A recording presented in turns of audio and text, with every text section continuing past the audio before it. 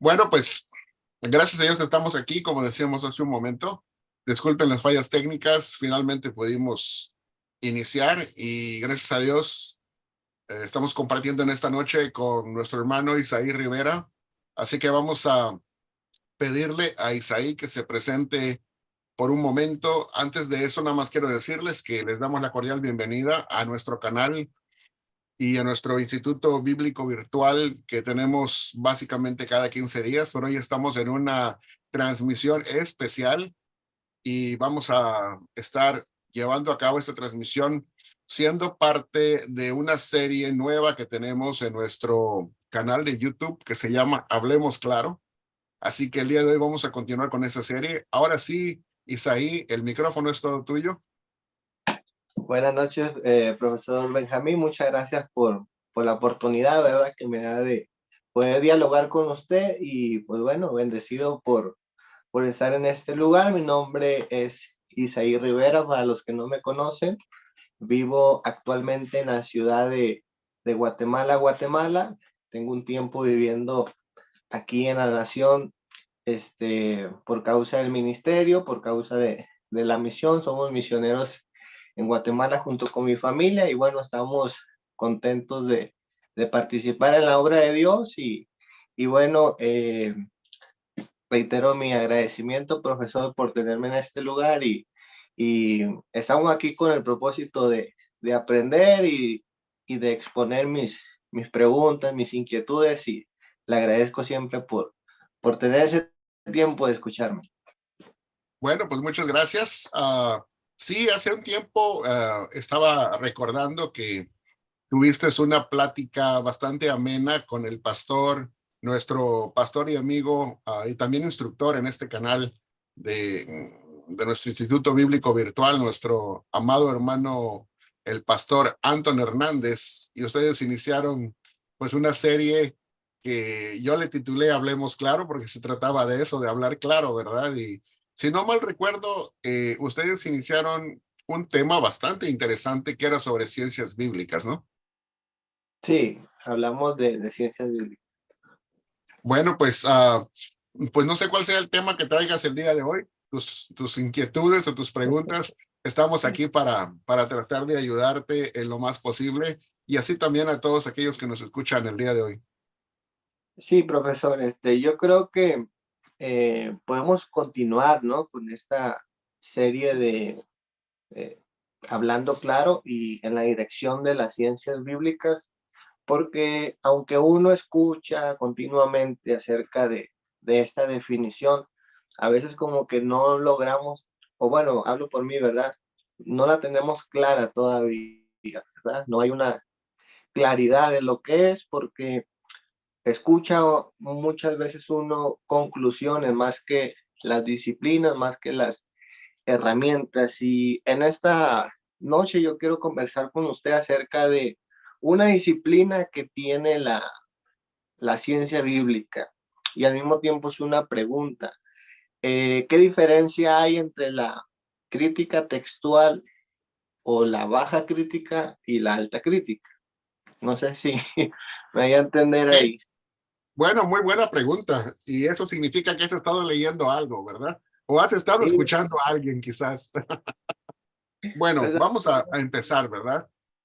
sí, sí, Es sí. magnífica la pregunta y lo primero que quiero mencionar es que el término ciencias bíblicas muchas veces es usado en una forma bastante general y la gente a veces, o los estudiantes de Biblia y de teología y otro tipo de cosas muy interesantes también, no tienen una perspectiva, una comprensión amplia de lo que significa ese término.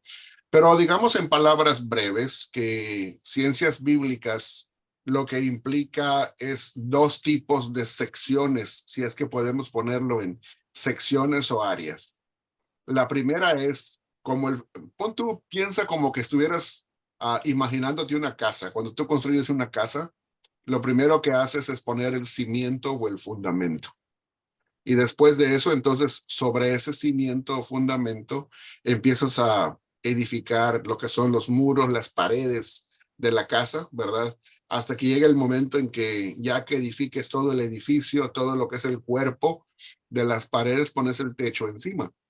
No vas a empezar con el techo, sino que vas a empezar con el fundamento, ¿verdad? Con el cimiento. Lo mismo es aquí, en cuanto a ciencias bíblicas.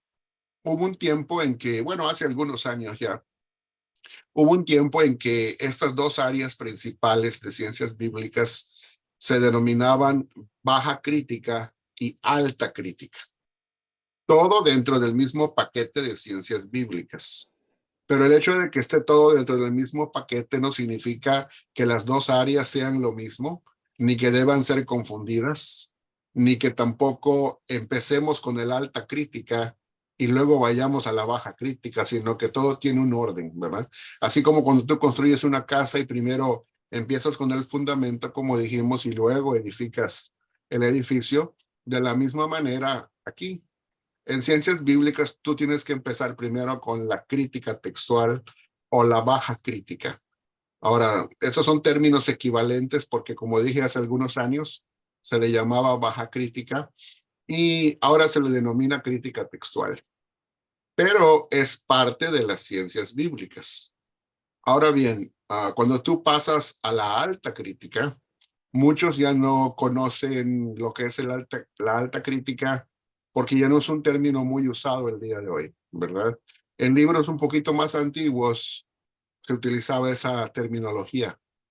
Y lo que significa es que estamos hablando de otras críticas. La palabra crítica aquí no significa criticar, sino que Claro, significa analizar. O sea, la crítica textual es un análisis de los textos, como también crítica, y en este caso la alta crítica es un análisis que se hace de diferentes cosas en el texto, como por ejemplo está la crítica literaria, está la crítica lingüística, está la crítica de redacción, está la crítica de las formas, está, digamos, ese diferente tipo de análisis que te acabo de mencionar funcionan como un paquete. sí, Entonces, conforme tú ya estableciste tu crítica textual, ya analizaste tu texto y ya llegaste a una determinación final de cuál es el texto con el cual vas a trabajar. O sea, no puedes empezar a hacer la otra crítica sin haber antes hecho la crítica textual, porque para poder hacer la otra crítica, primero tienes que saber con cuál texto vas a trabajar. O claro, sea, sobre cuál vas a edificar, sobre cuál cimiento vas a edificar.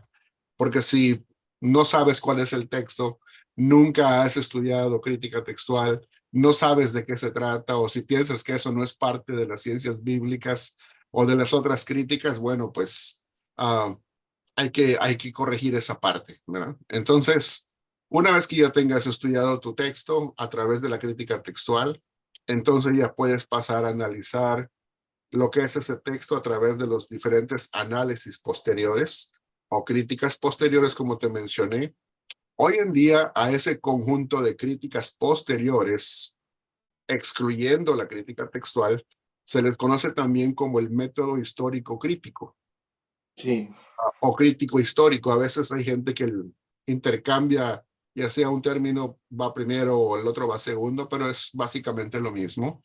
Y este paquete de cosas dentro del sistema del método histórico crítico incluye todas esas otras críticas. O sea que en pocas palabras el método histórico crítico y la alta crítica es lo mismo. Ahora, no sé o- si que con esto que te expliqué ya quedó claro para ti cómo es que funciona esto, o si necesitas otra explicación más profunda. no, no, no, por mí está perfecto, está muy bien entendido. Entonces, pastor, usted habla acerca de la crítica textual, ¿verdad? Como baja Así es. crítica. Vamos a tomar esa parte y quizás la alta crítica la podemos tomar en otra ocasión, pero vamos a enfocarnos en crítica textual. Muy bien. Eh, Quizás no vamos a entrar a profundidad, uno, porque no conozco mucho del tema, y segundo, no tenemos toda la Mm, noche, ¿verdad? claro. Entonces vamos a tratar de ir poco a poco y tengo unas preguntas aquí. No sé si tengo la libertad de preguntar, usted me va diciendo. Sí, claro que sí. Tienes amplia libertad de preguntar. Estamos aquí para aprender unos de otros. Muy bien, pastor. Mire, em, sabemos que cuando se habla de crítica textual, tiene que ver obligatoriamente con el manuscrito como tal, ¿no? No estamos hablando aquí de revelaciones inventadas o de sueños, sino estamos hablando de análisis del texto. Eh, Mire, ha surgido a través de estos últimos años un surgimiento de nuevas traducciones, ¿verdad? Traducciones modernas. Y es inevitable muchas veces al crecer, ¿verdad? El cristiano con una Biblia tradicional, como es la Biblia Reina Valera 60, cuando uno por alguna razón se encuentra con una traducción moderna, no podemos evitar el comparar las traducciones, ¿no? Y muchas veces nos damos cuenta que una traducción moderna ya no incluye ciertos versículos, o en su caso pueden traer otros versículos. Entonces, esto genera en algunos, pues, un, una curiosidad por investigar y a otros un rechazo a las Biblias modernas, ¿verdad? Entonces, poniendo esto como base, y lo segundo es, vamos a enfocarnos en el Nuevo Testamento, ¿verdad? Para no mezclar nuevo con antiguo, sino hablar del Nuevo Testamento.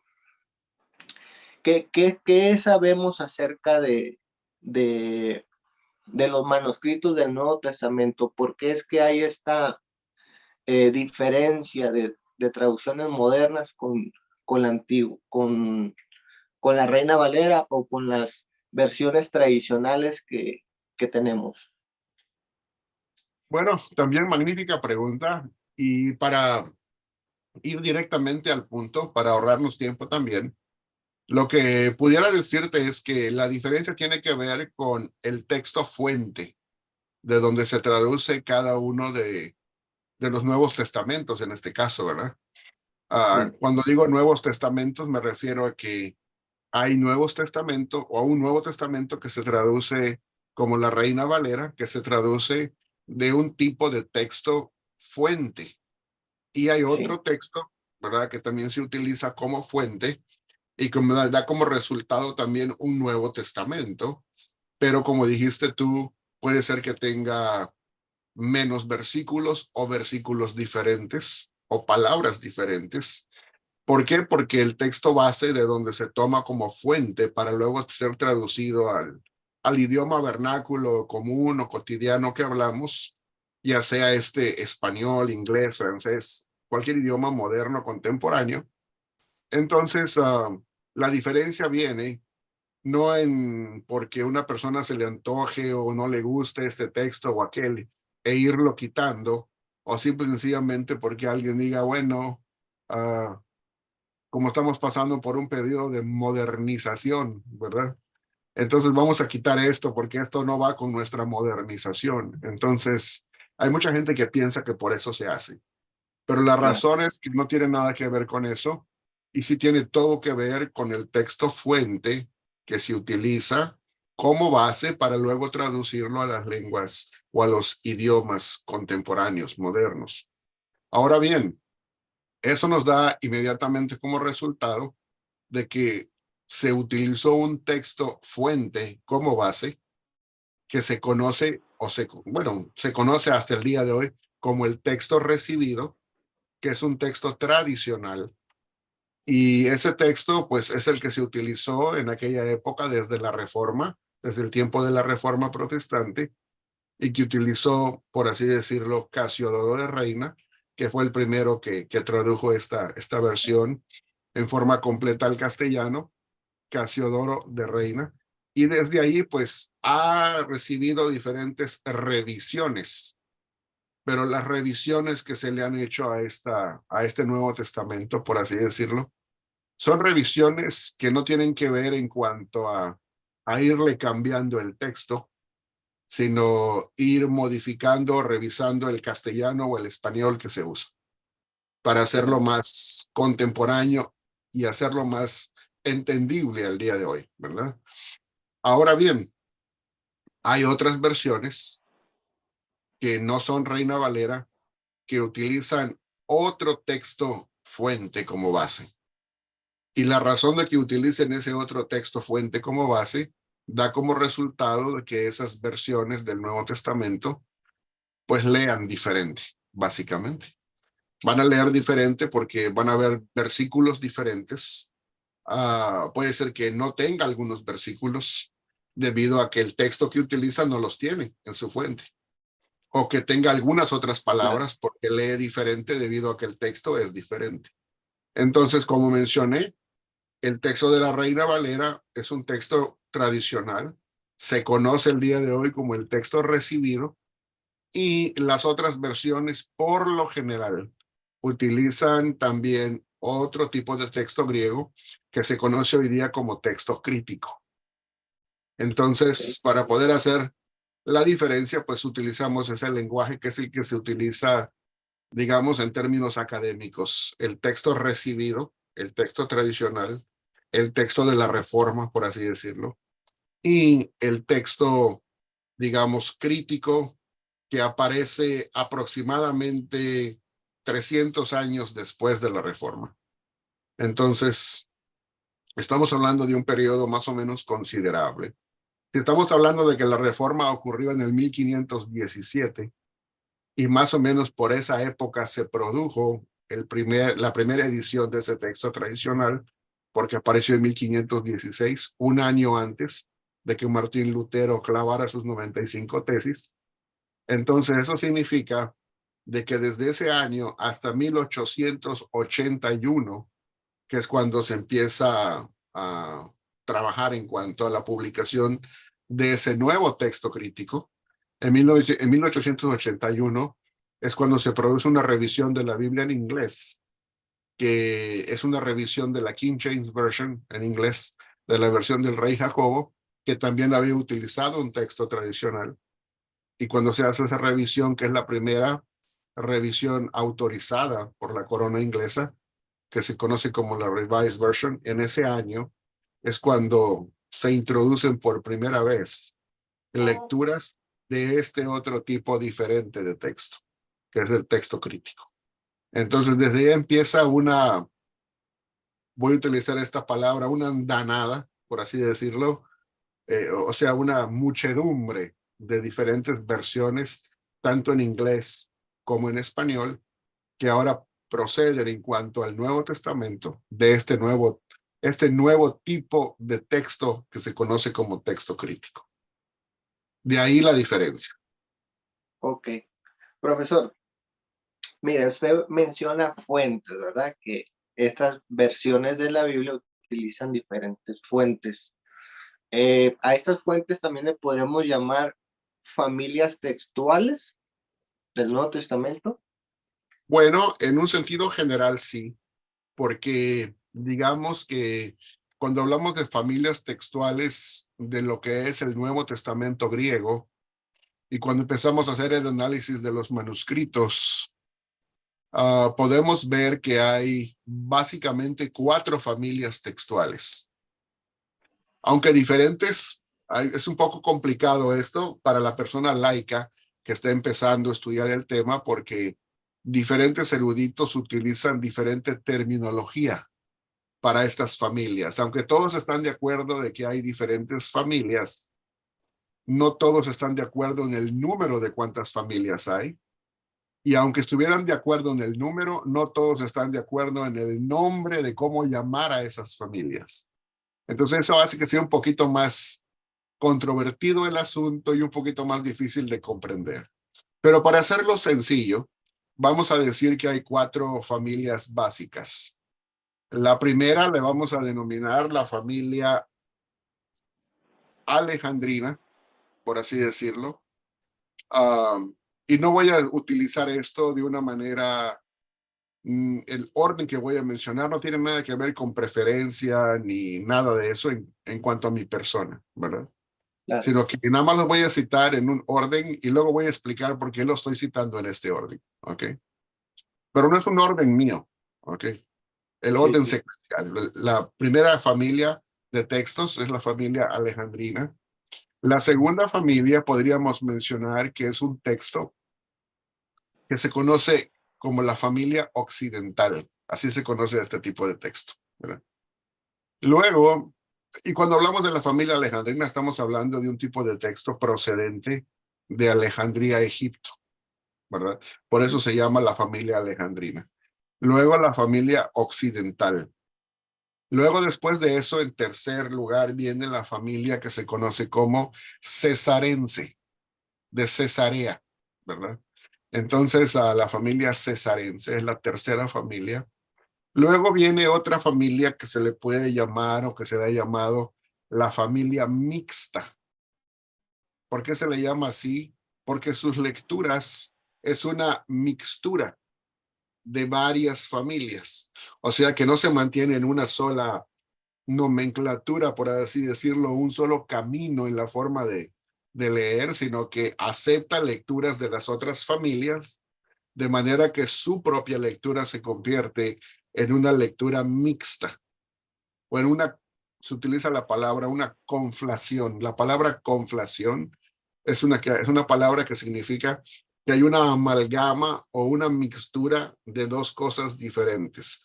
En este caso, lecturas de dos familias diferentes que se conflacionan para formar una nueva y tercera lectura. Por eso se llama familia mixta. Y por último, tenemos la familia que se conoce como la familia bizantina. Ahora, los mencioné en este orden porque los que favorecen el tipo de texto crítico favorecen estas familias en ese orden.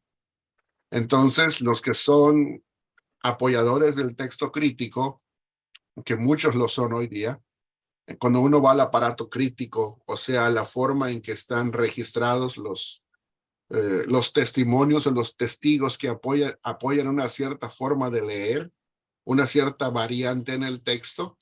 Entonces, los editores del texto crítico prefieren a la familia alejandrina como la más pura, la más prístina, la más original, y por eso le tienen puesto la categoría número 1. Después de eso viene la occidental como segunda. Después de eso viene la cesarense como tercera, la mixta en cuarto lugar, y para ellos la familia bizantina es la más corrupta, la más pobre, y como que casi no debería de estar ni siquiera anotada ahí, pero ahí está, ¿verdad? Entonces, es así como consideran los críticos, los académicos del texto crítico, a lo que es la familia bizantina de textos. No estoy diciendo que todos, pero muchos y los más importantes académicos lo hacen de esa manera. Pero vuelvo a repetir, no todos, ¿verdad? Siempre hay sus excepciones honrosas, ¿verdad? Sí. Ahora bien, Profesor, hablando de sí, familias, estamos hablando de ese tipo de familias, ¿verdad? sí. Sí, mire, mencionaste algo muy importante que me llamó la atención y son estas 5 familias, ¿no? Naturalmente, o al menos yo estoy acostumbrado a escuchar solamente de dos, bizantina y alejandrina, que es la que más se menciona. Dejando estas dos afuera, las que no son bizantinas y las que no son alejandrinas, actualmente se ha tomado como base textual para hacer alguna traducción eh, de estas 3 familias que no son bizantinas ni alejandrinas. Bueno, hasta donde yo tengo mi conocimiento, no hay versiones que hayan dicho, bueno, para empezar, tendría que haber críticos académicos que se dedicaran a la crítica textual y que dijeran, bueno, vamos a producir un texto que se base en la familia cesarense. Otro que digan, bueno, vamos a producir un texto que se base solamente en los textos de familia occidental, cosa que no ha ocurrido, ¿verdad? Entonces, se han hecho los descubrimientos de los manuscritos, se tienen catalogados a todos los manuscritos, pero a la hora de elegir cuál lectura favorecer, básicamente lo que ha ocurrido es, o tú favoreces la mejor lectura que hay, que es la alejandrina, para los que favorecen ese tipo de texto, porque para ti tú piensas que es la mejor lectura posible por diferentes razones que sean. O Sí.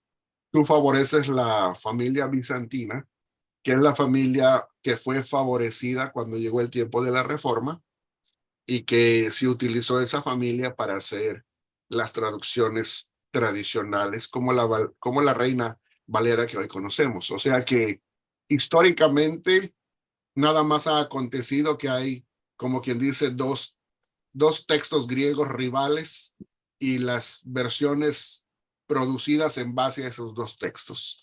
Tristemente, no se ha dado el caso de que se produzcan versiones del Nuevo Testamento en base a las otras familias. ¿Por qué? Porque los críticos no hay que se decanten por una de esas otras familias en particular. Entonces ahí Es una cosa interesante. me genera un conflicto eso, porque entonces no estaríamos hablando de un texto crítico. O sea, Bueno, crítico el que se sentido, porque si solamente tengo una familia para hacer mi análisis, no lo vería tan depurado el texto como tal, si no estamos comparando con más manuscritos. Pienso yo, no sé si soy un hereje o estoy endemoniado por decir eso. ajá. No, simple y sencillamente voy a tratar de personificar a alguien que apoya el texto crítico, ¿verdad? Como en tiempos también voy a personificar a alguien que apoya el texto bizantino. No se trata de hablar mal de ninguno de los dos en este momento, sino de ir a la realidad, ¿verdad? Claro. Entonces, cuando estamos hablando de que el texto crítico toma en cuenta los diferentes manuscritos existentes para ello, sí significa que se toma en cuenta otros manuscritos de esas familias. Pero si Ok. esas familias no, no van de acuerdo con las reglas que el texto crítico tiene establecido para mejores lecturas, aunque sean tomados en cuenta, no van a terminar siendo favorecidos por dos razones. Primero, porque hay dos reglas que se han considerado, independientemente si son correctas o no, son las dos reglas básicas que se han considerado para que una lectura sea favorecida como la más probable o más aproximada al original, a tal como leía el texto en la época de los escritores originales. Y esas dos cosas son que la lectura, mientras más antigua sea, se piensa que está más cerca al tiempo original y debido a eso tiene más probabilidades de ser original. Entonces, mientras más antigua es probablemente más original. Y la segunda es, mientras más difícil o mientras más corta sea, también se favorece la idea de que es más probablemente cercana al original porque se piensa de que conforme pasa el tiempo, la tendencia de los escribas fue agregarle al texto para explicar el texto. Entonces, mientras más escueta, mientras más parca, mientras más simple y corta sea la versión de la variante o de la lectura, se asume que es más original, porque evita la elaboración de la explicación de los escribas. Entonces eso hace de que las otras familias que aunque se tomen en cuenta no terminan siendo favorecidas. ¿Por qué?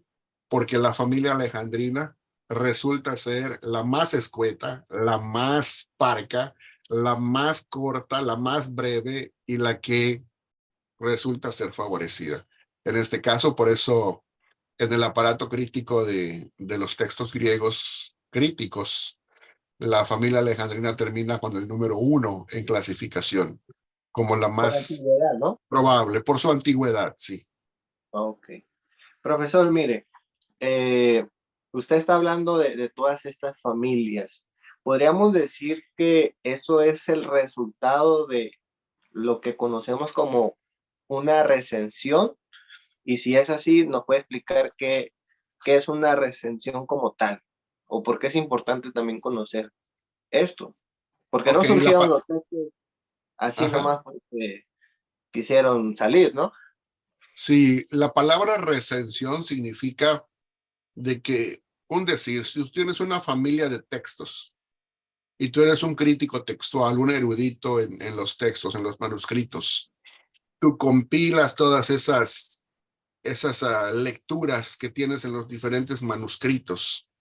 Y al hacer la escogencia de la lectura entre varios manuscritos de una misma familia de manuscritos. ¿Y cómo es que se identifica que son de una misma familia? Por la tendencia en la forma de leer. O sea que las lecturas son muy parecidas, ¿ok?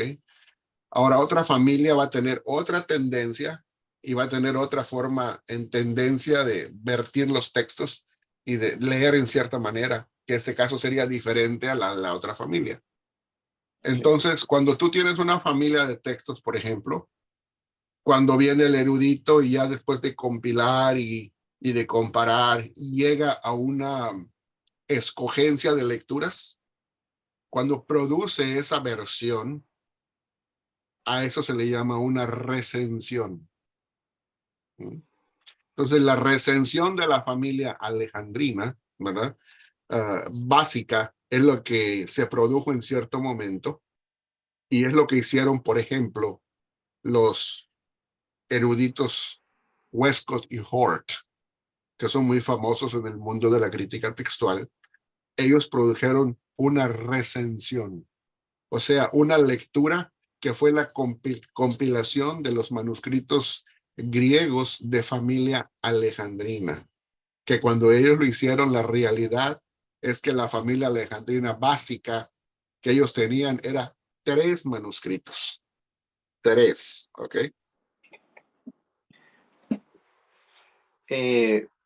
Bueno, yo tenía pensado que por ser texto crítico tenían 40, 60 mal manuscritos, porque le voy a ser sincero, vamos a entrar en materia, porque cuando se critica el texto bizantino, o vamos a llamarlo texto receptus, yo he escuchado que se le critica porque utilizó los más generosos de 6 manuscritos a 4, unos llegan a decir que hasta 2.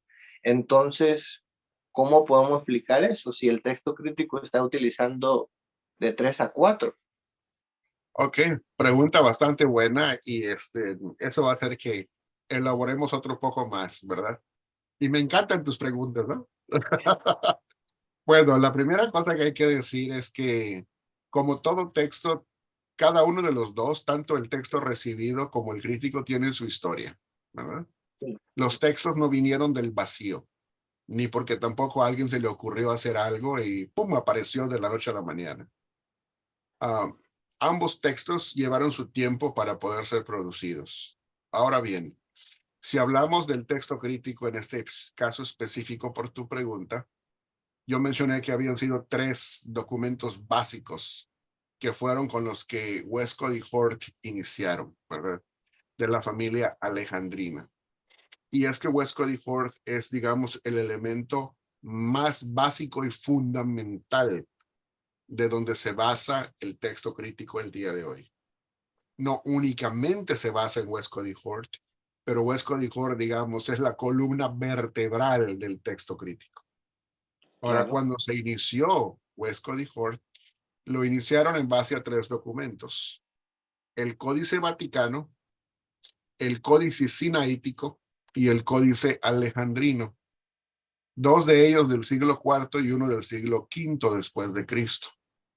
Y de los 3 códices que son de familia alejandrina, por ser los más antiguos que se tienen o se tenían en mano, porque en aquella época, estamos hablando de 1881 aproximadamente, no se tenía toda la gama de manuscritos que hoy tenemos descubiertos, o sea que tampoco ellos contaban con muchos otros manuscritos de familia alejandrina que ya se han descubierto hasta el día de hoy. ¿Sí me doy a entender? sí, Entonces utilizaron esos 3 porque consideraron ser los más antiguos y los más básicos, ¿verdad? Los que desde la forma de entender de ellos en cuanto a esas 2 reglas que te mencioné, pues llenaban mejor los requisitos. Y de esos 3 que te mencioné, el Vaticano, el Sinaítico y el Alejandrino, el que resultó ser el texto más básico de los 3 en cuanto a preferencia en lecturas fue el texto vaticano. O sea que realmente el texto crítico, si lo analizamos, se basa en un manuscrito, que es el Vaticano, y una vez que lo tomas como base, entonces tú tomas, y la cosa que ellos hicieron fue, Westcott y Hort, dijeron, de estos 3 manuscritos que tenemos, o códices, vamos a ver, cuando estamos leyendo los 3, cada lectura que tengamos que es exactamente la misma en los 3, ahí no va a haber duda alguna. Esa es la lectura, porque en los 3 compaginan. Pero la realidad es que entre los 3 códices hay más diferencias entre los 3, miles de diferencias entre los 3, de lo que la gente se imagina. Entonces, estamos hablando de miles de diferencias entre los 3. Entonces, como hay miles de diferencias entre los 3 y no leen igual, pues se prefirió el Vaticano, y después, en donde los otros 2 leían igual, se fue agregando poco a poco. Y conforme el paso de los años ha transcurrido, cada vez que se ha descubierto un nuevo manuscrito que va agregando otro poquito de evidencia a lo que son las reglas básicas de ese tipo de lecturas, se ha ido agregando poco a poco a través de los años. Pero eso no cambia ni la metodología, ni la realidad de que se basó en 3 manuscritos y en una forma aún más básica en uno, ¿verdad? Cosa que realmente los críticos textuales de ese tipo de texto no te lo dicen, o no te lo dicen de esa manera, ¿verdad? La realidad es que el texto crítico al inicio se basó en una minoría de manuscritos, y la minoría era todavía más escasa y más escueta que a la que tenía, digamos, el que compiló el texto Receptus o el texto recibido en 1516, ¿verdad? Es la realidad. Que han Claro. cambiado las cosas al paso de los años, sí. No digo que no, pero originalmente así fue. Esa es la historia. No podemos ir contra la historia. Profesor, entonces el fundamento más plausible del texto crítico vendría siendo su antigüedad, ¿no? No tanto su cantidad de manuscritos. No, nunca ha sido, en cuanto a esa metodología, nunca ha sido la cantidad de testigos. No es que tenga muchos testigos, digamos la aplastante mayoría, no. Desde que se inició siempre ha sido la cantidad de testigos ha sido minoritaria. Y se ha Ah, recurrido a otra regla, es no nada más porque es más antiguo, sino al asumir que es la más pura en cuanto a lectura. Entonces se asume que esos textos son no solamente los más antiguos, sino los más fieles o fidedignos en cuanto al texto que contienen. Y en base a eso se toman como, digamos, como el registro maestro, entre comillas, ¿verdad?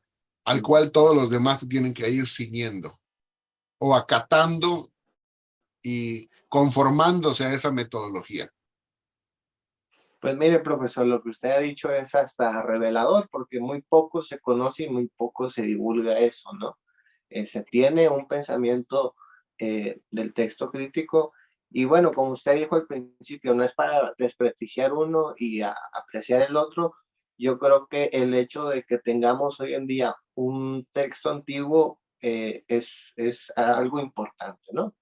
Sí, Pero no deja de sorprenderme que 3 de los códices que utiliza el texto crítico también tenga sus variantes. Entonces, esto debería de abrirnos la mente y decir, mira, entonces hay que conocer las virtudes también de las otras familias, ¿no? En este caso, profesor, así ¿qué le es. parece si hablamos un poco de lo que es de la familia bizantina?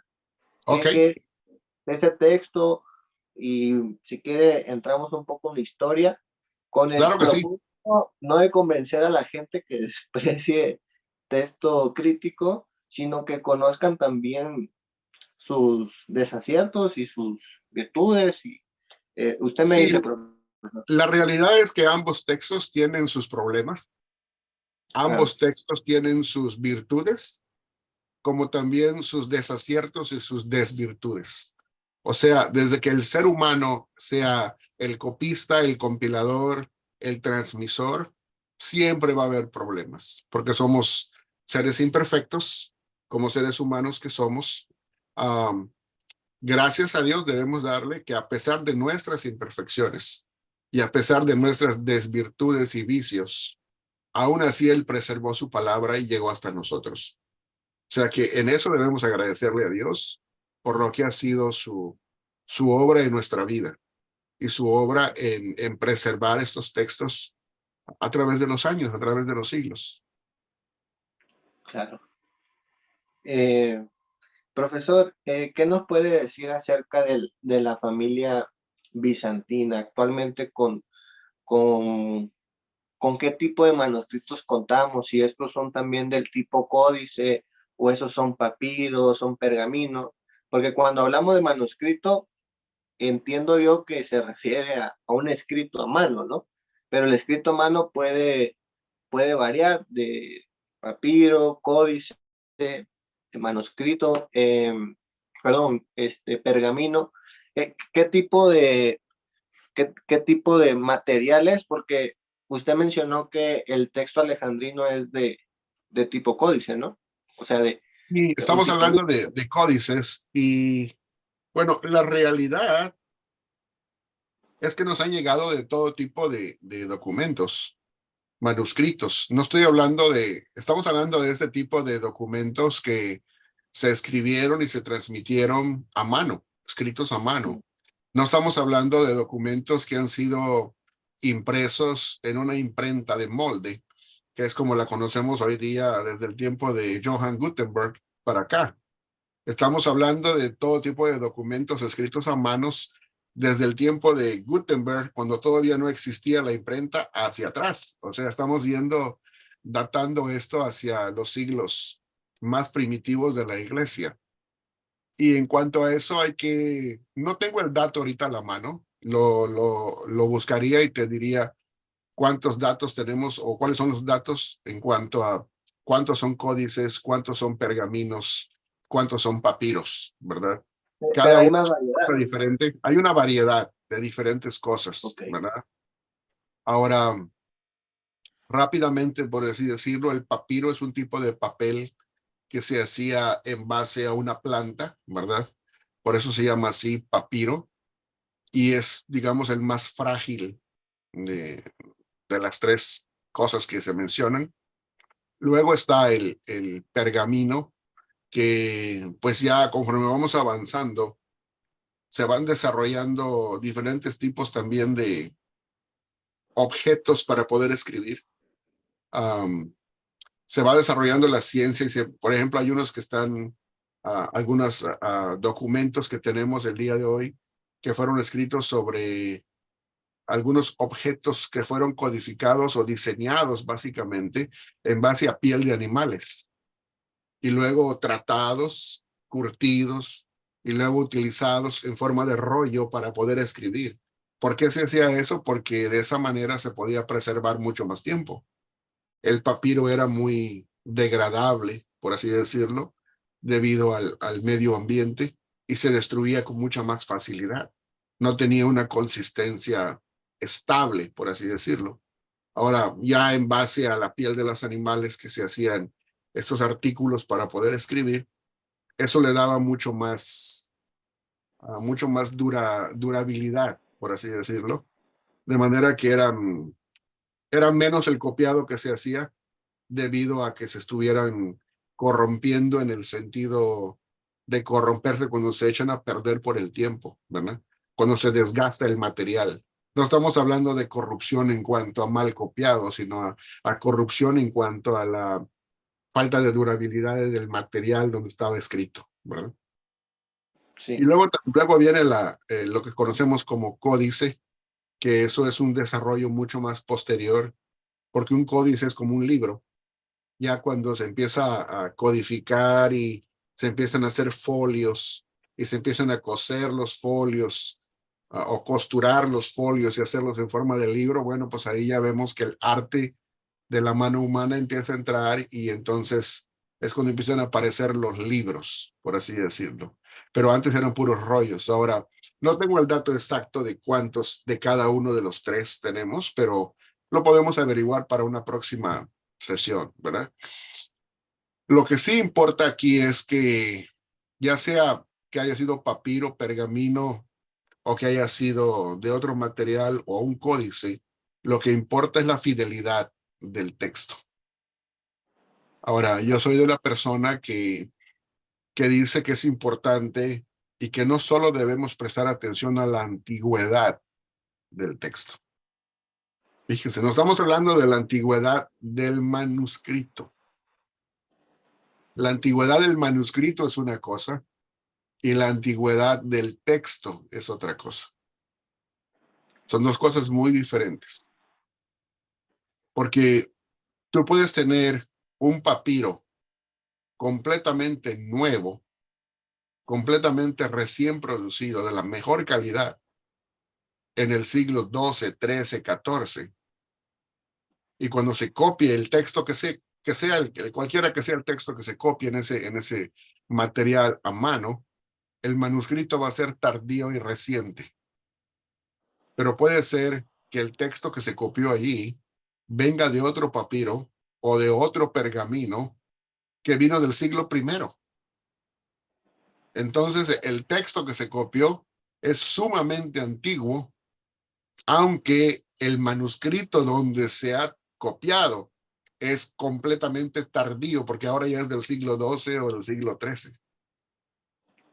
Ya, Entonces, ya, la ya. antigüedad de un manuscrito no es lo mismo que la antigüedad del texto.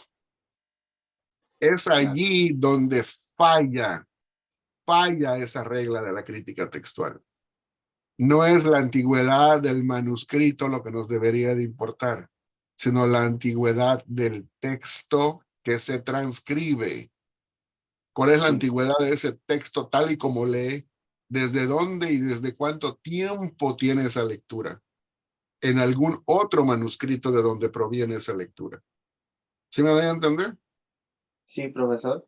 Y Entonces, antigüedad del texto y antigüedad del manuscrito son dos cosas completamente diferentes. claro, profesor, un ejemplo de esto que usted habla de la fidelidad a la antigüedad del texto, no del manuscrito, del texto, sería, por ejemplo, la coma juanina, que es mencionada por los padres apostólicos. ¿Podría ser un ejemplo? Bueno, mira, la coma juanina es una cosa bien, bien interesante y en mi manera de ver creo que merece mucha más investigación de la que se le ha dado. La coma juanina digamos, para los que no saben qué es la coma juanina, es básicamente la lectura añadida, entre comillas, ¿verdad? Porque para unos no es añadida, para otros sí, ¿verdad? Pero es la lectura añadida, entre comillas, de primera epístola de Juan, capítulo 5, verso 7, ¿verdad? Entonces, para los que no están enterados, esa lectura cuando se produjo aún, perdón, cuando se produjo aún el texto recibido, en sus dos primeras ediciones, en 1516, Erasmo de Rotterdam lo produjo, se volvió a producir en 1517, si no estoy equivocado, un año después, en su segunda edición. Esas dos primeras ediciones, creo que fue el 517, si no en el 519. No estoy exactamente seguro del año, pero en lo que sí estoy seguro es lo siguiente, que en las primeras dos ediciones, y la primera sí fue en 1517, cuando se produjo el texto griego de familia bizantina, que es el texto recibido tradicional, no contenía la coma juanina. Fue a presión de sus coterráneos y contemporáneos que le decían, bueno, lo empezaron a criticar, ¿por qué no pusiste la coma juanina allí en el lugar donde debe de ir? Y él dijo, porque no encontré ningún texto que la tuviera. Sí, Él no dijo porque es espuria, porque es falsa, porque no sé cómo lee o no la conozco. Él dijo, no tengo ningún texto a la mano donde yo pueda consultarlo y pueda yo copiar de ese texto y transcribirla tal y como debe de ser a la copia que yo produje. Entonces él dijo, si ustedes me pueden facilitar un texto, si encuentran un texto, algún manuscrito o algo así que me pruebe que en griego está contenida, entonces yo hago la promesa de incluirla en mi siguiente edición del Nuevo Testamento. Entonces, los monjes compañeros de él le produjeron una copia. O sea, muchos dicen que la hicieron en esos mismos tiempos ahí rápido.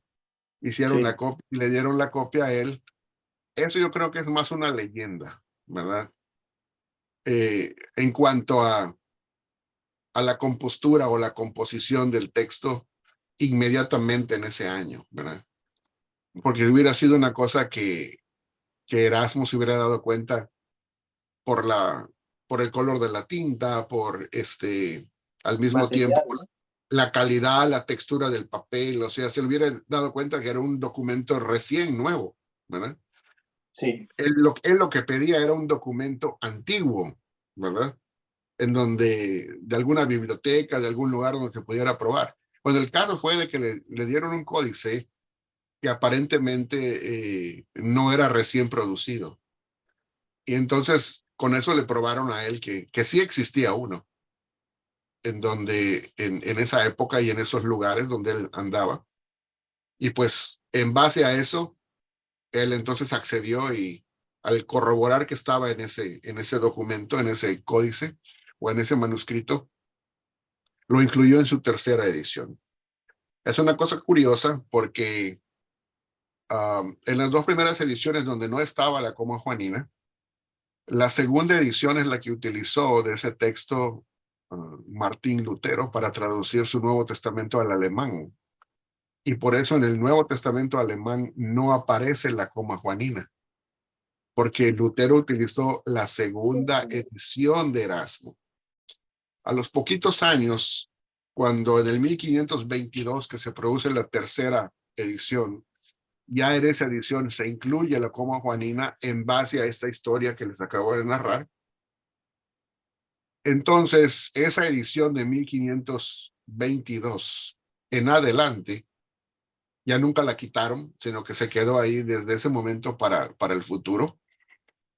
De esa edición en adelante es la que se utilizó para traducir dos Biblias, ya sea al inglés o ya sea al castellano. Se utilizó la tercera edición de Erasmo, que ya contenía la coma juanina, y por eso la versión en inglés contiene la coma juanina, y la versión de Casiodoro de Reina también contiene la coma juanina. Que si se hubiera utilizado la edición anterior, el día de hoy no la tendría, ¿verdad? ok. Esos son los avatares de la historia, ¿verdad? Profesor, entonces, usted me está diciendo que, digamos, el texto que utiliza Erasmo es lo que posteriormente vamos a conocer como texto recibido, ¿no? Textus receptus. Si el Eh, texto, cuando Erasmo lo compiló, uh, hasta donde yo sé, se dice que utilizó 7 documentos, ¿verdad? Como dijiste hace un rato, algunos dicen, no, nada más utilizó 2, otros que son más generosos permiten más, ¿verdad? sí, Uh, la realidad es que cuando uno investiga parece que utilizó 7 documentos um, y de esos 7 utilizó para compilar su texto. Él no le puso el nombre textus receptus o texto recibido. Cuando su texto ya de la tercera edición en adelante se fue produciendo, hay que saber que de cada edición que él produjo, él produjo 5 ediciones y sí, cada vez que producía una le hacía algunas correcciones menores. Algunas de esas correcciones eran por, digamos, mala ortografía en la imprenta. Uno sabe que a veces cuando está compaginando un texto, puede ser hasta en un idioma común, cuando se utilizaba la imprenta de cuadros, ¿verdad? Para estar poniendo letra por letra. Al compaginar todo eso, puede ser que haya algún error del impresor, ¿verdad? Y ya quedaba así, y luego pues había que corregirlo en la siguiente, ¿verdad? Entonces, algunos de esos errores en la primera edición, y esto es una cosa que es bastante curiosa porque a veces los que están leyendo críticas sobre el texto recibido dicen o Sí, citan a alguien ahí, un crítico textual que dice, mira, hasta esta persona reconoció que el texto recibido era el peor documento con la mayor cantidad de errores posibles de la historia. Porque hubo alguien sí. allá que dijo, ese es el Nuevo Testamento con más errores que he visto en toda mi vida, dijo, ¿no?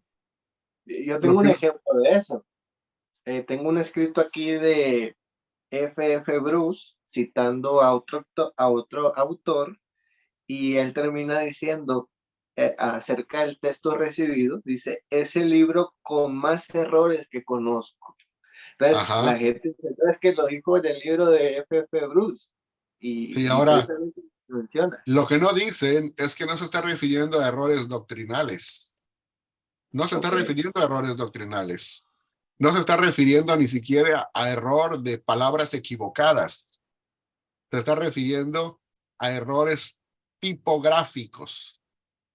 sí, O sea, es como cuando tú estás escribiendo algo en una computadora y se lo vas dictando a la computadora y la computadora a veces no capta bien la palabra o pone una palabra muy parecida y no es exactamente la que tú pronunciaste. O cuando tú le estás dictando a alguien algo y la persona que está copiando no es muy diestra o no tiene la más alta habilidad en cuanto a ortografía y empieza a ponerte cabeza con S, ¿verdad? Y ese tipo de palabras. Entonces, si tú le dictas bastante, cuando tú termines de leer vas a decir, pero ¿qué es esto? Es el documento con más errores que he visto en mi vida. Pues es lógico, porque no tiene una sí, buena ortografía. Entonces, a eso se refería esta persona cuando dijo eso, ¿verdad? Claro que conforme fueron pasando las ediciones, se fueron corrigiendo todos esos errores tipográficos que tienen que ver con la ortografía. Y con el paso de los años se hicieron ediciones bastante pulcras ya del texto griego. Ahora, quien le puso el texto recibido como nombre, por así decirlo, entre comillas, es un editor que se llamaba, bueno, un par de editores, se llamaban Buenaventura, se llamaba uno, y Abraham, su hermano, Elsevier. Ellos publicaron, hicieron varias ediciones del texto recibido, lo que hoy conocemos como texto recibido, o el texto de Erasmo, y ellos utilizaron, creo que una de las ediciones ya más corregidas en cuanto a esos errores tipográficos, y ellos terminaron de pulirla en cuanto a impresión, ¿verdad? Publicaron impresiones muy bonitas, ediciones regias, como le decían, ¿verdad? En donde traían muchos adornos y eran unas obras de arte, ¿verdad? Entonces, de esas ya nadie dijo, este es el que tiene más errores que jamás he leído, ¿verdad? ¿Por qué? sí, Porque pues era una obra ya diferente, con mucho más cuidado y esmero a la hora de la impresión. claro. Entonces, pero ellos en su prólogo o en la introducción al texto le pusieron, este es el texto recibido, queriendo decir, este es el texto tradicional que hemos recibido a través de la historia de la iglesia y que se cree y se considera que no tiene errores, ¿verdad?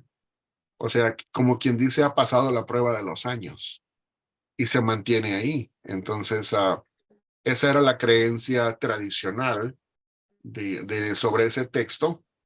Ya sea que esté bien o que esté mal, eso es otra cosa, pero es lo que se creía en aquellos años. Ya corresponde probar si es así o no, ¿verdad? Sí, pero profesor, claro. Entonces, mire, el texto que Erasmo de alguna manera copila, que fueron 3, 4, 6 o 7 o 12, los que hayan sido, estos son de familia bizantina, ¿verdad? Todos son de familia bizantina, sí. Ok. Para ese entonces, le pregunto, ¿ya se habían descubierto los textos de la familia alejandrina o no tenían menor idea en este caso Erasmo, de esa familia? ¿No la conocían? ¿Nunca se enteraron? Bueno, yo creo que Erasmo, bueno, algunos de esos manuscritos todavía no se habían descubierto. Así que no podemos tampoco achacarle la culpa a Erasmo de algo que todavía ni siquiera se conocía, ¿verdad? Algunos Claro. otros sí se conocían, como por ejemplo el Códice Vaticano se había descubierto y catalogado desde los 1400 y que estaba en la Biblioteca Vaticana. Sí, sí, sí. Pero eso no significa de que hubieran dejado a Erasmo ir allí, sacar el texto y llevárselo hasta donde él estuviera para cargarlo con él y estar copiándolo directamente, sino que lo que se supone que hizo fue que tenía un amigo que estaba donde estaba en la Biblioteca Vaticana que le mandaba a preguntar a través de cartas cuál es la lectura de tal lugar, de cuál pasaje, ¿no? Y así recibía las contestaciones para saber cuáles eran las lecturas de un pasaje o de otro. Cosa interesante es que aunque él consultó con ese amigo que tenía sobre las lecturas del Códice Vaticano, finalmente no se decantó por ese tipo de variantes ni ese tipo de lecturas. Quizás porque él, final de cuentas, las consideró, ah, no quiero utilizar la palabra mutiladas, pero quizás él pensó que si no estaban de acuerdo con la lectura bizantina, quizás iban a recibir de parte de lo que era el texto recibido o conocido en la iglesia, una ardua crítica. Sí, al no haber puesto la coma juanina, recibió una gran crítica por eso. Imagínate si él hubiera seguido lo que decía el texto vaticano en cada una de sus lecturas, como lo hizo Westcott y Hort, lo hubieran acribillado. O sea, no hubiera pasado la prueba, porque hubiera puesto un texto en donde no solamente tenía una omisión comparado con la coma juanina, iba a tener miles de omisiones. Sí. Entonces no iba a pasar la prueba de impresión que se requería del Papa para poderlo publicar. Entonces, aparte de eso, realmente al compilar el texto, a él no le preocupaba tanto qué es lo que decía el texto griego. Y no es que no le importara el texto griego, pero él estaba más preocupado porque se conociera en el mundo de su día la versión latina que él había incluido, la versión en latín que él había incluido en columna paralela al texto griego, y que él quería que su versión latina se impusiera sobre la Vulgata latina, que era la Biblia oficial de la Iglesia Católica en aquel entonces. O sea, como diciendo, bueno, aquí está el texto griego que certifica que mi versión latina es superior a la Vulgata latina que conocemos, como diciendo, acá está la base y por favor Correcto. acepten mi versión como la mejor. Quizás como queriendo decir, oficialícenla, mi versión latina como la versión de la iglesia en todas partes, cosa que nunca ocurrió, ¿verdad? Pero pues esa era, digamos, la tirada de Erasmo, ¿verdad? Claro. Profesor, no sé cómo andamos de tiempo. ¿Estamos bien todavía Bueno, pues vamos a ver qué hora es. Son las 7:20. No, todavía tenemos unos 40 minutos más, si tú quieres. ok. Sí, sí, sí. Mire, si quiere vamos finalizando. Yo sé que hay más preguntas, pero ya vamos en la parte final. En cuanto al texto recibido, podríamos decir que no es un texto, como muchos a veces lo definen, un texto malo, por no decir otro tipo de palabra, pero a veces se escucha, ¿verdad? O se percibe un desprecio como que si este texto como tal fuera de lo peor, que no sirve para nada, y eso es lo que se percibe, pero realmente esto es así. Bueno, y creo que lo pusiste bien, mira, algunas personas lo ponen como malo, por no utilizar otra palabra más denigrante, ¿verdad? Pero tristemente yo pienso que esas personas que piensan de esa manera, no estoy diciendo que todos los académicos que apoyan el texto crítico piensan así, ¿verdad? Tampoco es que no vamos a generalizar, pero sí hay algunos que piensan así, del campo del texto crítico como sus apoyadores. Yo creo que en aquellos que llegan a ese tipo de aseveración o de pensamiento o afirmación, son los que menos conocen de crítica textual, ¿verdad? Sí, Que quizás se creen grandes eruditos de crítica textual, pero la realidad es que no llegan ni a amateurs de crítica textual, ¿verdad? Porque sí, cualquiera, aunque sea un amateur de crítica textual, se daría cuenta que ese texto que ha existido por bastantísimo tiempo, um, es un texto que fue utilizado poderosamente por varios siglos para salvar la vida y el alma de muchas personas al creer en Jesucristo y traerlas a la fe. Entonces, a decir que es un texto que no sirve para nada el día de hoy, para mí es aventurarse a hacer una afirmación más allá de las evidencias. Es una afirmación más emocional que intelectual, ¿no? claro. Intelectualmente pienso de que es el texto que fue el producto de la compilación de una época, de un compilador, y que en cierta manera fue siendo depurado, porque el texto crítico no es nada más las 5 ediciones de Erasmo y listo. Estamos hablando de que El texto de fe. el Textus Receptus, que ese es el nombre que vino Sí, a sí. tener al paso de los años, pero ese texto producido y compilado por Erasmo en 1516 y que fue pulido en ediciones posteriores, uh, en comparación con otros textos que fueron llegando a las manos de los editores, ¿verdad?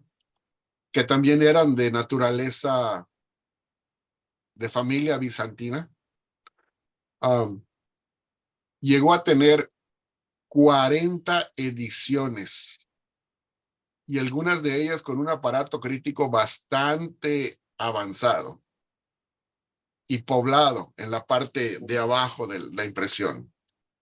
Entonces, hay muchos que nos quieren hacer ver como que los que creen en el texto recibido, aún en épocas pasadas, eran personas ignorantes, como que no sabían nada de griego y no sabían nada de crítica textual, pero hubieron bastantes hombres que se dedicaron a estudiar el texto griego y compilaban ediciones críticas, críticas en el sentido de que tenían un aparato crítico o analítico en la parte de abajo, aún siendo textus receptus, texto recibido con diferentes variantes y con diferentes anotaciones y, o sea, eran Nuevos Testamentos en griego, pero eran de estudio para crítica textual de aquellos que manejaban el texto recibido como el texto que ellos estudiaban.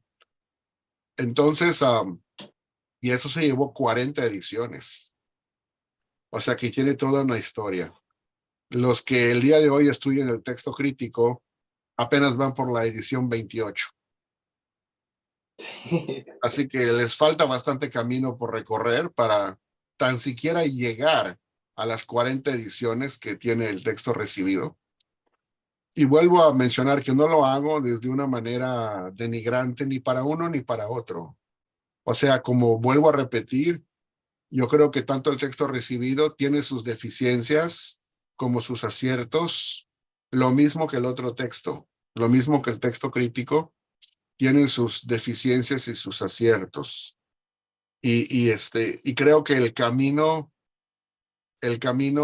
finalmente, conforme se va avanzando en los años, y en el estudio profundo de la crítica textual, va a llegar un momento, espero yo en Dios, de que la luz nos siga iluminando a todos y nos vamos a dar cuenta que la luz Sí, no está ni en o sea, la luz en cuanto a la verdad del texto no está ni en uno ni en el otro, ni en la totalidad del texto Receptus como tal, ni en la totalidad del texto crítico como tal, sino que la misma crítica textual nos puede llevar por un camino intermedio, más sano y más balanceado, que aproveche todas las evidencias y que a final de cuentas nos pueda dar un texto en el cual todos podamos a cierto punto confiar y estar más estables y más tranquilos, ¿verdad? Ahora, repito, eso se va a llevar sus años de estudio. sí. Y Hace, sí, o sea que en pocas palabras yo pienso que el texto receptus o el texto recibido todavía sirve para muchas cosas, o puede servirnos para muchas cosas, no solamente para relatar historia, sino aún para ir sí, comparando textos ir produciendo textos depurados. Nos puede servir para muchas cosas comparativas que tenemos a través de la historia de la crítica textual, sobre todo para ir viendo las diferentes ediciones que se produjeron del texto receptus o del texto recibido a través de los años y cuáles eran sus fuentes, de dónde venían esas variantes.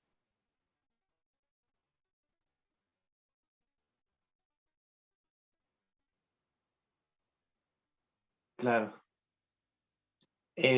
Profesor, la semana pasada leí este argumento o estas palabras que decía que realmente diferencia entre el texto crítico y el texto recibido no llegaba ni al 3% de diferencia realmente en sus variantes.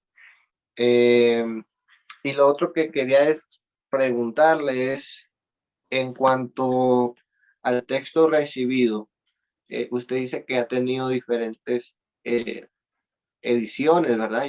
Ya tenemos hasta la 40, más que el texto crítico. Del texto Receptus también se desliga lo que es el texto mayoritario. Hay gente que lo confunde con el texto Receptus porque en teoría sí es de la misma familia, pero el texto mayoritario ya es otra cosa, ¿cierto? Sí, así es. El texto mayoritario es un tipo de texto que también procede de la familia bizantina, pero identificar al texto recibido o el textus receptus como tal, con cualquiera de las 40 ediciones que uno escoja, y compararlo con el texto mayoritario y decir que es lo mismo, es una equivocación. Ya desde hace muchos años, un erudito del Nuevo Testamento que se apellida Scrivener nos dijo de que el texto mayoritario y el texto recibido no son lo mismo. Y digamos, un crítico textual del día de hoy, como Daniel Wallace, por ejemplo, que es muy famoso, ¿verdad? Nos dice una realidad que ni le quita ni le añade a la realidad del texto receptus y del texto mayoritario. Pero él nos ha hecho ver que cuando se hace una comparación entre el texto receptus y el texto mayoritario, hay 1838 diferencias en cuanto a lectura entre un texto y el otro. Y de esas 1838 diferencias de lectura, hay 1005 de ellas que son traducibles, o sea que se puede reflejar la diferencia en la traducción al idioma, digamos, castellano, por ejemplo. Sí. Entonces, al Eh, hablar de esa cantidad de diferencias en cuanto a lectura, no estamos hablando de que son cosas menores. 1838 diferencias, yo creo que ya es como para que se note que no es lo mismo, ¿no? Ahora bien, y muy los pocas veces se críticos, hace esa distinción, ¿no?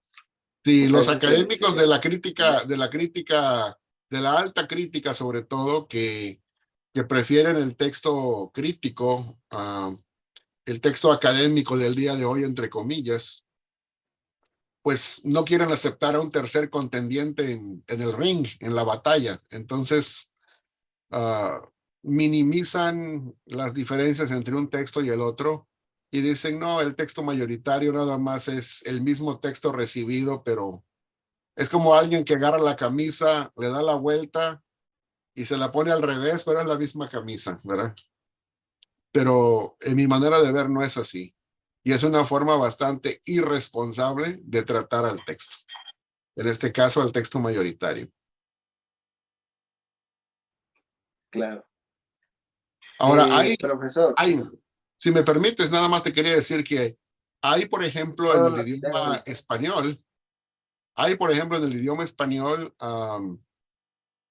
las evidencias para poder mostrar, digamos, dos interlineales que son diferentes y que representan cada uno un tipo diferente de texto, ¿verdad? Por ejemplo, está Sí. este interlineal dice, cuando uno lo lee, por ejemplo, cuando uno lo lee, ¿quién es el productor de este interlineal? Es lo de menos. No importa quién lo haya hecho. Lo importante es el texto que se utilizó para hacerlo. Pero, por ejemplo, en este interlineal griego-español del Nuevo Testamento, cuando uno lo abre, propone y decir que es del texto mayoritario, pero la realidad es que es del texto recibido, del textus receptus. Ahora bien, está este otro que les voy a mostrar, que este sí en verdad es del texto mayoritario. ¿Y qué es este? Este interlineal sí es del textus receptus. Perdón, sí es del texto mayoritario. Aquí me estaba confundiendo. Este es del textus receptus. Este es del texto mayoritario. La ventaja es que tenemos ambos el día de hoy. Ahora, creo que Isaíto tuvo dificultades con la comunicación. Ahí viene de vuelta, ¿verdad? Esperemos que pueda entrar nuevamente. No te preocupes, Isaíto, ya estás de vuelta. Abre tu micrófono.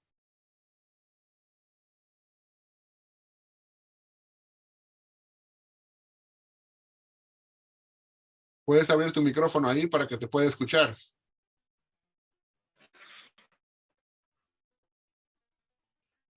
Todavía no te oigo. Esperemos que podamos resolver las dificultades técnicas. Sí, escucha ahí, profesor, disculpe que Ahora sí. tengo mal en internet, se me está cayendo señal. ¿Sí? No se preocupe, no te preocupes. Si no puedes abrir la pantalla, pues aunque sea la parte del audio, ¿verdad? Estaba hace un momento mencionando como ejemplo los dos interlineales que tenemos en la actualidad respecto al... Ahora sí. Sí. Estaba mencionando los dos interlineales que tenemos en la actualidad. Nuevamente, profesor. ¿Ahí me escucha? Sí, cómo no, claro que sí. Ahí estás bien. Sí. Ese es del texto mayoritario. Correcto. Y el otro del texto receptus. El otro es del textus receptus. Ajá. ¿Sí? Ahora que, aunque cuando uno lo abre y dice que es del texto mayoritario, cuando uno lo compara con algo que realmente es el textus receptus, se da uno cuenta de que sí es textus receptus, que no es texto mayoritario, ¿verdad? Entonces, y no es lo mismo. Claro. Profesor, dentro de esos interlineales, recuerdo una persona que estaba comparando el texto receptus con el texto crítico y diciendo, es que no es lo mismo. Claro que no va a ser lo mismo porque son de familias distintas, pero tenemos este interlineal que tampoco es 100% crítico, ¿no? Que es este interlineal. Sí, ese es otro tipo No de puede, interlineal. vamos a explicar un poquito de este interlineal. Este interlineal es un interlineal que viene, ahorita lo voy a mostrar aquí, pero digamos que ese interlineal viene a sustituir a este otro interlineal, ¿verdad? Este interlineal es el de Francisco Lacueva, que produjo la editorial CLIE hace bastantes años y que en cierta manera era lo único que existía hace muchos años, ¿verdad?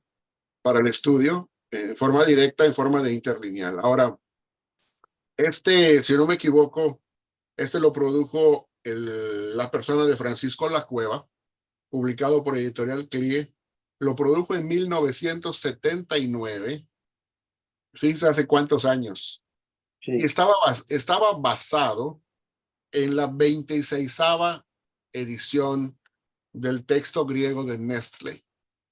No que era una traducción o un interlineal directo de todas las lecturas de la 26ª edición de Nestle.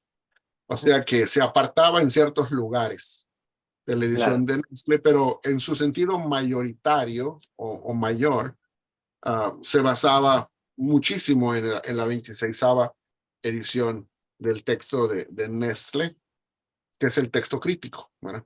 De Nestle Aland. Ahora pasa el tiempo y uno esperaría que el mismo texto griego fuera el mismo, ¿verdad? Para, sí, para que luego lo vengan a depurar y ni lo vinieran a retrabajar con otra amplificación. Pero luego viene este interlineal, y este interlineal sí trae muchas mejoras.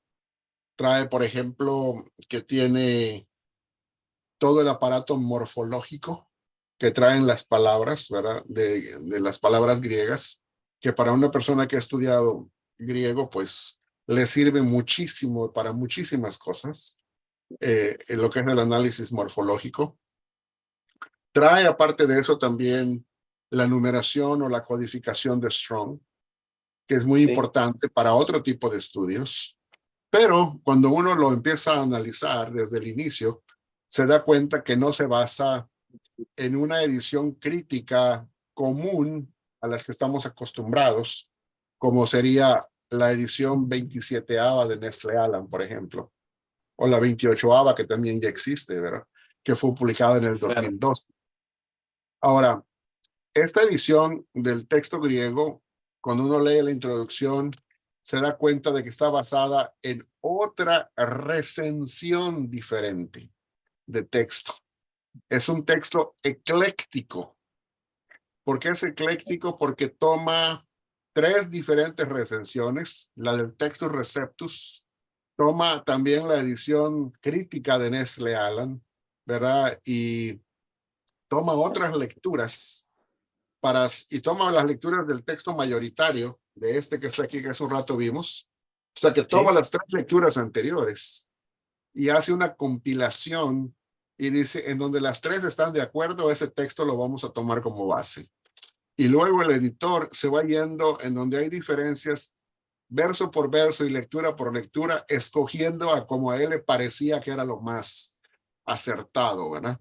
Entonces terminan produciendo un texto que se llama el cierto, texto de la Sociedad de Literatura Bíblica, que fue estandarizado ya como la versión de la Sociedad de Literatura Bíblica, y ese es el texto que se utilizó para esta versión. De claro. manera que este representa una edición de texto ecléctico, ¿no? Sí, Esta, como dijimos, representa la versión del texto mayoritario. Volvemos a mencionar, esta representa la edición del Textus Receptus y sí, tenemos uno más que es este. Esta sí de verdad es la versión de Nestle Aland del texto crítico en su 27ª edición. wow, Esta sí es verdaderamente la traducción en cuanto a interlineal del texto crítico, verdaderamente crítico de Nestle Aland en su 27ª edición. claro. Gracias a Dios que tenemos esas diferencias en cuanto a, o diversidad en cuanto a interlineales, que nos da suficientes herramientas para poder comparar y estudiar y ir viendo qué es lo mejor, ¿verdad? Profesor, ¿y hay traducciones modernas como Nueva Versión Internacional o Biblias que se consideran más críticas como la Biblia textual cuarta edición que hacen uso, ¿no?, de este texto ecléctico? Bueno, el texto ecléctico como tal, hasta el día de hoy no lo ha utilizado el de la Sociedad de Literatura Bíblica. No hay ninguna Biblia que realmente haya utilizado ese texto y tomado ese texto como su base, por así decirlo. Por ejemplo, la Biblia textual, cuarta edición, lo que hizo es tomar el texto crítico en Sí. su 28ª edición, que no tengo ningún interlineal en español de la edición 28ª. Tengo una edición en inglés, que es esta que está aquí, de la 28ª edición, pero en español no lo hay. Está siendo producido por la Sociedad Bíblica Iberoamericana para que salga un interlineal de la 28ª edición. Ahora, lo que han hecho es que tomaron esta edición crítica y en la parte de las notas, cuando uno lee las notas específicas que trae la Biblia, en la parte de atrás te muestra que hay una gran cantidad de lugares en donde ellos se apartaron de la lectura del texto crítico y optaron por su propia lectura. Ok, De manera que sí se basa en su gran mayoría en el texto de la 28ª edición, pero no es completamente una traducción de la 28ª edición, sino que hay muchas lecturas donde hay mucha ambigüedad o donde hay mucha controversia. La BTX4 hizo su lectura propia, su escogencia propia de alguna variante, por cualquiera que sea la razón, ¿verdad? claro. Y así hay otras versiones, como por ejemplo la nueva versión internacional procede de un texto crítico, pero también hay algunas pocas lecturas aquí y allá en donde utilizan una variante diferente a lo que es el estándar del texto crítico. Por ejemplo, no es como que la versión dijera, a una nueva versión internacional, no es como dijera, nos ceñimos en todo al Nuevo Testamento, 28ª edición Nestle Aland, o a la quinta edición de las Sociedades Bíblicas Unidas, sin apartarnos un ápice de lo que dice el texto griego. Esa sí sería una versión, digamos, completa, sin apartarse ninguna variante, ninguna lectura, sino la pura traducción del texto crítico. Pero tristemente no ha sido así. Claro. Bueno, interesante, ¿no? Todos los datos que nos ha dado, profesor, porque nos trae luz, porque de cierta manera a veces uno repite, ¿verdad?, lo que otro más dijo, pero sin hacer la debida investigación. Y yo creo que esos temas hay que tocarlos más que defendiendo uno, rechazando el otro, con un sentido de responsabilidad, ¿no? De honestidad y decir, mira, estas son las cosas que hay. Y para finalizar, profesor, hace un tiempo comencé a leer un libro que se llama Mitos y Errores del Nuevo Testamento, editado por Peter Gurry. No sé si lo estoy pronunciando correctamente, pero es un libro que todavía no está en español, por eso me ha costado la lectura del libro, pero menciona algo que me llamó mucho la atención y es que decía el escritor que cuando hablamos de esas familias textuales, debemos entender una cosa, que no por ser más antiguo, el manuscrito es sinónimo de fidelidad al texto original. Tampoco, decía el escritor, una gran cantidad de manuscritos es sinónimo de fidelidad al texto, ¿verdad? Entonces, ante esta declaración, que considero que es una gran verdad, eh, ¿cuál es la postura que debemos de tomar ante esto para no caer en desprestigiar a uno y favorecer al otro? ¿Qué cree usted que debería ser nuestra postura ante eso, ante esta realidad? Bueno, antes que nada, creo que lo que dice el libro que leíste tiene mucha razón en ambas cosas. No porque un texto, perdón, no porque un manuscrito sea más antiguo, significa que es una garantía de fidelidad. ¿Te acuerdas el ejemplo que te puse hace un rato? Sí, De que antigüedad del texto no es lo mismo que antigüedad del manuscrito. Entonces, el texto crítico de Nestle Aland y de Sociedades Bíblicas Unidas en su quinta edición, um, se han ceñido a esas dos reglas. La primera es, mientras más antiguo el manuscrito, más fidedigno. Pero eso no es garantía. Nada nos garantiza que lo que está escrito en esos códices, por así decirlo, no porque sean muy antiguos en cuanto al manuscrito, en cuanto a la datación del material donde está escrito, significa de que el texto es tan antiguo como eso. Claro, si ya está ahí, quiere decir que es bastante antiguo. Pero ¿qué tal si se inició? Un decir, si el texto es del siglo cuarto, como se ha pretendido decir, y el otro códice es del siglo quinto, ¿qué nos hace pensar que el texto no pudo haberse originado en cuanto a esa lectura en el siglo tercero, por ejemplo? No tenemos forma de probarlo, ¿verdad? bien, Pero pudo haberse ocurrido en el siglo tercero y cuando lo hallamos ahora en el siglo cuarto y en el siglo quinto, en esta nueva copia, bueno, pues es antigua y es antigua hasta el siglo cuarto, pero bien pudiera ser que se inició en el siglo tercero. Y desde el siglo tercero hasta el siglo primero hay 2 siglos de diferencia, sí, en donde pudo haber entrado cualquier tipo de lectura o cualquier tipo de variante, ya sea sana o mal sana, ¿ok? Ahora, en cuanto a la otra cosa que tú dijiste, eso es en cuanto a la regla para el texto crítico. No es una sí, regla confiable. claro, Ahora, así como hemos criticado esta, ahora vamos a criticar la otra, la del otro lado, para que no sí, digan que estamos a favor de uno o a favor del otro, ¿ok? Sino que hay que ver las cosas como son. Ahora, para todos aquellos que dicen que la gran cantidad de manuscritos es sinónimo de unanimidad y de prueba irrefutable de que esa es la lectura, es la misma cosa. O sea que no porque tengamos la gran cantidad de manuscritos significa de que por eso esa es la lectura, ¿verdad?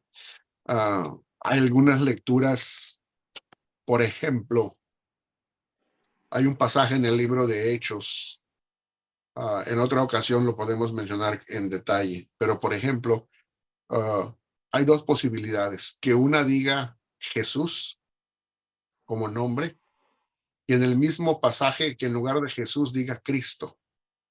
Uno diría, bueno, no es una gran diferencia, ¿no? Bueno, el sí, contexto nos va a decir cuál está correcto y cuál no está correcto.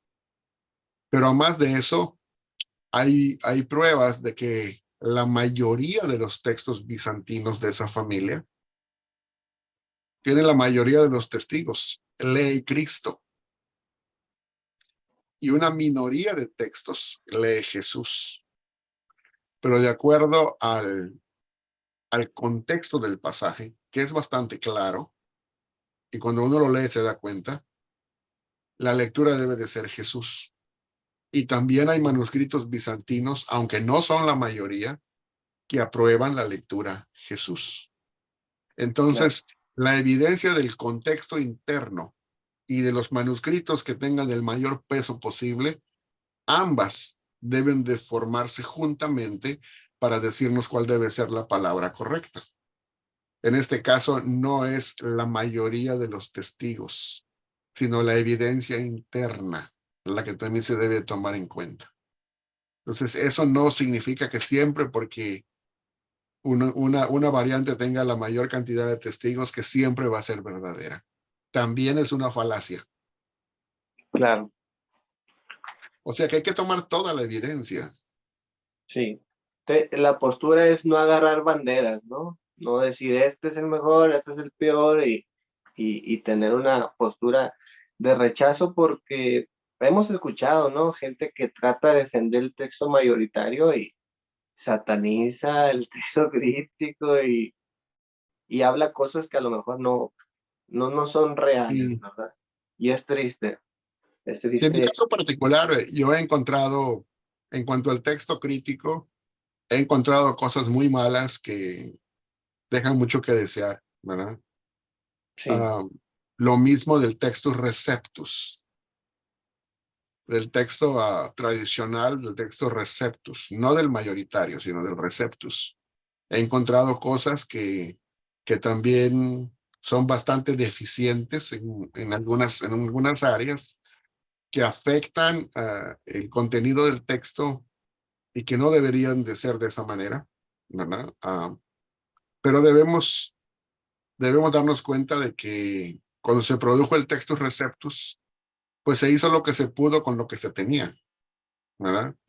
O sea, sí, no es que sean menos culpables, pero la realidad es más justificable. Se hizo lo que se pudo con lo que se tenía. Pero hoy día, que ya no, que ya podemos hacer mucho más con lo que tenemos para caer en el tipo de errores que a veces cae el texto crítico, o sea, es una cosa que ya es, por no usar la palabra imperdonable, sería, pues es algo inaudito, ¿verdad? Por claro. así decirlo, pero pues sigue ocurriendo, ¿verdad? Y eso es indicación de que cuando llegamos al texto debemos de llegar buscando hacer exégesis, no eisegesis, ¿verdad? Sí, Entonces, si llegamos con presuposiciones teológicas concebidas en nuestro corazón y en nuestra mente, y en base a eso vamos escogiendo las variantes, pues ya es nuestra teología la que dictamina el texto y no al revés, como debería de ser. claro.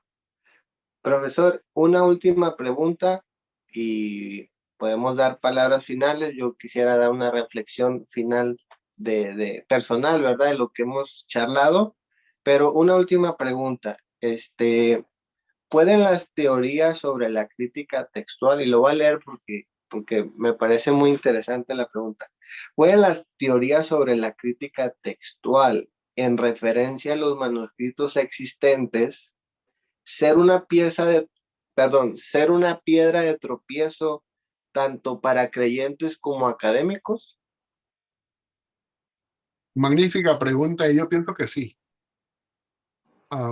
Muchas personas se han olvidado de que ya sea un texto o el otro, y cuando me refiero a un texto o el otro, me estoy refiriendo ya sea al texto receptus, al texto recibido, originalmente producido por Erasmo, o ya sea el texto crítico, originalmente producido por Westcott y Hort, se pueden convertir en algo que en la persona llegue a ser una bibliolatría, ¿no? Una idolatría al texto, no a Dios, o sea, no es una adoración a Dios, es una idolatría a la letra. ¿Sí me doy a entender? Que es Sí, algo muy diferente.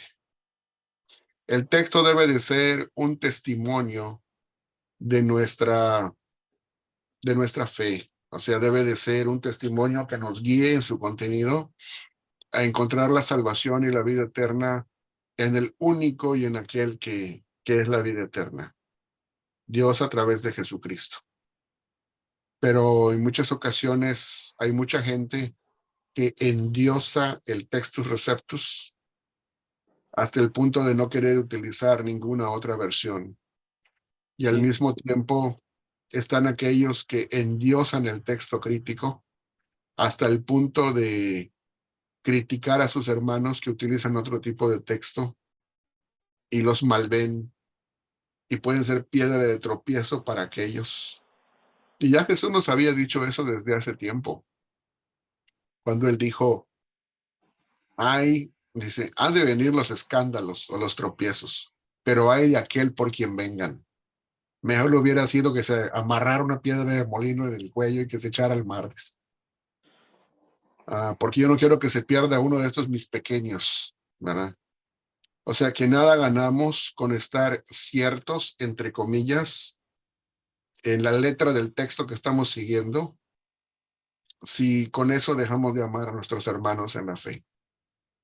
Si con ello estamos denigrando a nuestros hermanos en la fe porque tienen otra preferencia textual, creo que eso va más allá del propósito.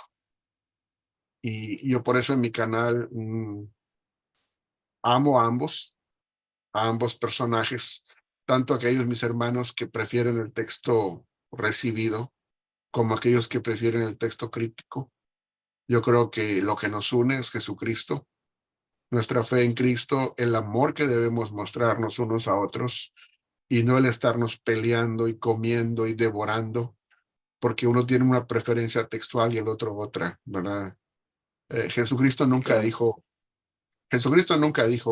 en esto conocerán todos que sois mis discípulos. Si leéis el texto crítico y no os dejáis engañar por todas las glosas añadidas que se van a encontrar en el otro texto. Él nunca dijo eso, ni al revés, ¿verdad? Ah, claro, nunca dijo, en esto conocerán que son mis discípulos, en que deberán leer únicamente este texto y lo deberán leer hasta el punto de que endiosen la traducción, ¿verdad? Y que no dejen leer otra versión que no sea esta en la cual se han endiosado. O sea, ninguna de las dos cosas dijo. Entonces, tenemos que tener cuidado. Y el apóstol Pablo lo dijo también, cuando dijo que llevemos las cargas los unos de los otros y así cumpliremos la ley de Cristo. Dice, considerándote a ti mismo, ¿verdad? Pero antes de eso, él dijo, consideraos que aquellos que son sorprendidos en alguna falta, dice, vosotros que sois espirituales, o sea, él da por hecho que somos espirituales. Pero si no lo somos, entonces hay de nosotros. Y la claro, espiritualidad no viene por el texto. La espiritualidad viene por nuestra transformación en cuanto a dónde está nuestra fe y dónde está nuestro corazón en Jesús. La relación depende de nuestra fe con Cristo. Entonces, con eso quiero concluir y para mí eso es lo más importante. claro. No, profesor, le agradezco muchísimo por el tiempo y por esta última reflexión, porque es triste, ¿no? Ver que esto nos pueda dividir, que esto nos haga ser menos a los demás, solo por tener un poquito de información en cuanto a manuscritos y, y bueno, atacar otras traducciones que han servido para llevar gente al Señor Jesucristo, ¿verdad? Y yo quiero hacer mi breve conclusión, no sé si ustedes pues quieran hacer otra, profesor, no sé si me permite hacer mi breve conclusión. Claro que sí, adelante. Eh, ¿Sí? Mire, en palabras de eh, Stephen Nelly, que fue, Ahí te trabaste, se congeló la pantalla. Qué lástima. Si me escuchas, si quieres desactivar el vídeo y quizás recuperamos el audio para que podamos terminar bien. Ahora sí, ya estás de vuelta. Vuelve a empezar, no hay problema. ok, yo creo que no había leído lo que tenía que leer, pero en palabras de Stephen Nelly, un crítico textual, dijo lo siguiente: el peor manuscrito griego que existe ahora contiene suficiente del Evangelio en forma no adulterada para guiar al lector al camino de la salvación. El peor manuscrito. Y mi reflexión final es esa, ¿verdad?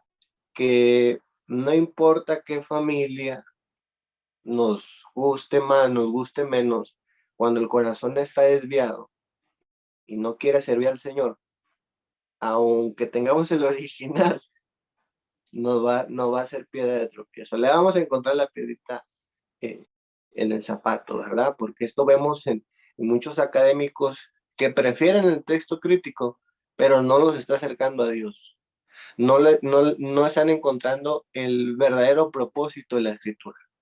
Entonces pueden tener el mejor texto depurado, pero no están entendiendo el propósito del texto. Y esa es mi palabra. Mi deseo es que la gente conozca a Cristo a través de la escritura, de su traducción, y pues podamos seguir adelante, profesor. Esas son mis palabras. Le agradezco mucho por todo, por su tiempo de ahora y el tiempo que siempre usted me da para conversar y preguntar. De verdad que muy agradecido, profesor.